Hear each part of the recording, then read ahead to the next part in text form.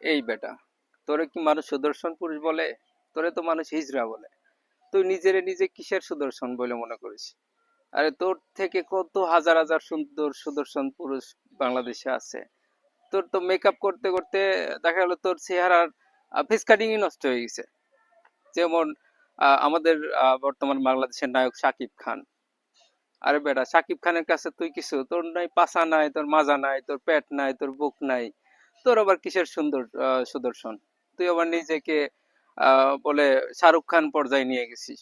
তোর কোনো ইয়ে আছে? তোর কোনো কালচার আছে? বা তোর কোনো মানে কি বলবো, তুই যে নিজেকে নিজে সুদর্শন বলে মনে করিস, তোর থেকে তো আমি সুন্দর, দেখছিস আমার চেহারা।